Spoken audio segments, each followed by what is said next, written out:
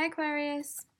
Welcome to your mid-October horoscope and taroscope dealing with the new moon in Scorpio on the 28th of October, which is going to be opposite your ruling planet Uranus, which is currently in Taurus, the Hierophant.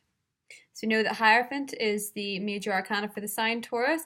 So this is suggesting that when it comes to the new moon in Scorpio opposite your ruler, Two of Pentacles, you're trying to weigh up a very important decision that requires a pretty big commitment. And Uranus as a planet can be a little bit hesitant when it comes to committing to something, and your energy is no different. So you're thinking about something pretty big, something that can go long term. It could be a relationship, it could be a move, it could be a new job, but you know how important it is to your destiny, so it's requiring quite a lot of thought. Devil. But you're going to have this decision made by Capricorn season in late December. So the reason that you're having trouble deciding, Aquarius, is because this new moon in Scorpio is really quite intense for you. And I think for a lot of you, this is career, this is life path, this is fame, this is fortune. Whatever this is has big ramifications for your financial situation, and you're wondering what to do next about that. But if it is to do with relationships, I think for a lot of you, it's family. And I think that can translate as maybe having to decide, oh, I see. Having to decide whether or not you're willing to put this level of emotional investment into something that may take a lot of recovery time if it were to go wrong. Because you've rushed in and rushed out of something before, and it's left you feeling regretful. You've made hasty decisions, or you followed hasty advice, and it's left you feeling lacking. But with the Sun card here, this is suggesting to me, Aquarius, that in the run up to your season, when the Sun enters your sign, you need to rest, but you also need to think on your feet when opportunities arise. You know, much like the Sun card represents the energy of Leo that you could be dealing with, there's kind of this emphasis with lions is that a lot of the time when they're not hunting, they really are resting. And you kind of need to embrace that energy here around the new moon, because it's all about setting intentions. With the Knight of Swords, the Four of Swords as a pairing, I think this is you exhausting yourself mentally. Overthinking things, overanalyzing things, trying to get to the bottom of an unsolved mystery because the key players aren't yet known. The key factors aren't yet known.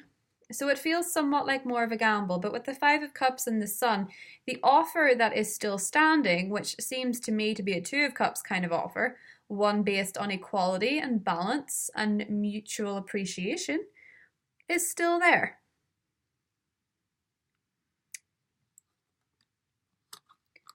We have quite a lot of major arcanas, Aquarius. The Sun being one of the most positive cards in the whole deck. Many Aquarians are dealing with a Taurus, many a Capricorn, and many a Leo. For others of you, it is another air sign, a Libra, Gemini, or a fellow Aquarius. But this Sun energy is pretty impressive. This Sun energy is telling me that you're going to be revitalized simply by allowing. And if it's to do with a fire sign, I think they might be making a lot of the decisions for you. The Sun and the Queen of Wands, strong Leo energy, Aquarius. So, saw that. Knight of Wands. Very strong fire energy. Sagittarius, Leo, and Aries. And here we have the High Priestess. So, I've drawn quite a few cards, and we'll get more into them in the extended because a lot of these are the extended cards. But Aquarius, what I can see here, because the Queen of Wands and the Knight of Wands represent other things than just fire signs. So don't be too perplexed if you're not dealing with a fire sign. This may represent your passions in life, the things that make you happy, the things that make you adventurous. And the Knight of Wands here with the High Priestess, Aquarius, is telling me that you're longing for some kind of adventure, for some kind of freedom. And that's possibly what the decision is. You're weighing up, is it worth sacrificing an element of your freedom for something so committed? Because to you, Aquarius, sometimes somebody else's commitment to you comes across as obsession when it is actually just what they say it is. With the High Priestess here, you need to accept that there's some parts to this puzzle that you can't quite see yet. And the new moon in Scorpio and Scorpio season itself may make you see things really very differently. Scorpio season for Aquarians is all about that 10th house of prestige, of honors, of career. And the 10th house is, of course, ruled by Capricorn, the devil energy.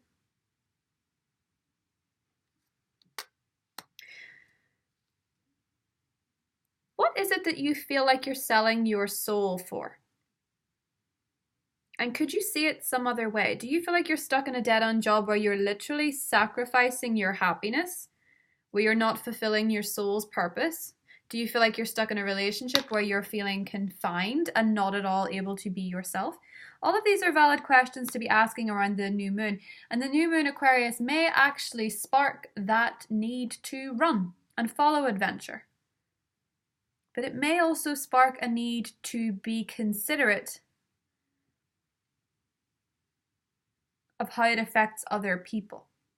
Because if you're to do this adventure, this voyage, eventually you have to return. And do you want to return to nothing, or do you want to return to something? All these questions are going to come up when you're feeling compelled to either commit or run away from something. The choice is very much yours. But I think if you're dealing with a fire sign, Aquarius, you may decide after the full moon and in Scorpio season that they're not necessarily long-term potential, or maybe they are. And you might suddenly realize that that's something you want. Choice is yours. With this new moon, there's going to be a big emphasis on committing to something or letting something go. But I think for you guys, the choice really is yours. It's all about evaluating what it is that you want to do. We'll get more into the extended and what that is exactly, but I'm going to pull some more oracle cards. Oh, the Great Gathering. It's all coming together. Intuitive hits and soul tribe. So this pulls in with the High Priestess card that with Uranus, your ruler, hitting off the new moon, your powers of manifestation and your powers of intuition are going to be incredibly, incredibly strong.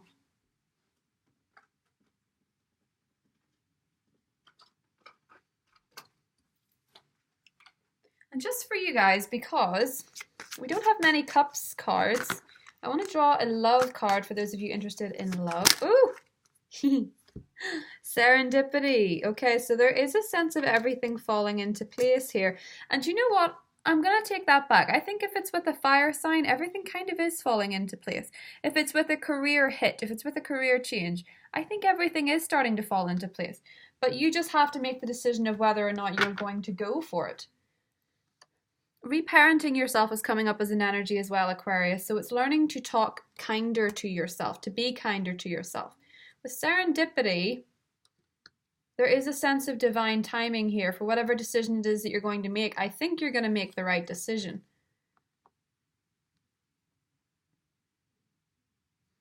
Whatever it is that you're going to commit to or walk away from, take your time to figure it out.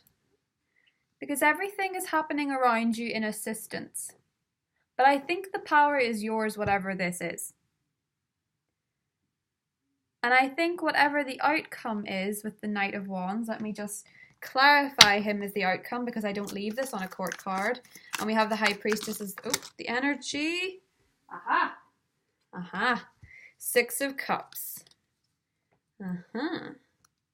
Real strong soulmate energy. Real strong soulmate energy. Six of Cups.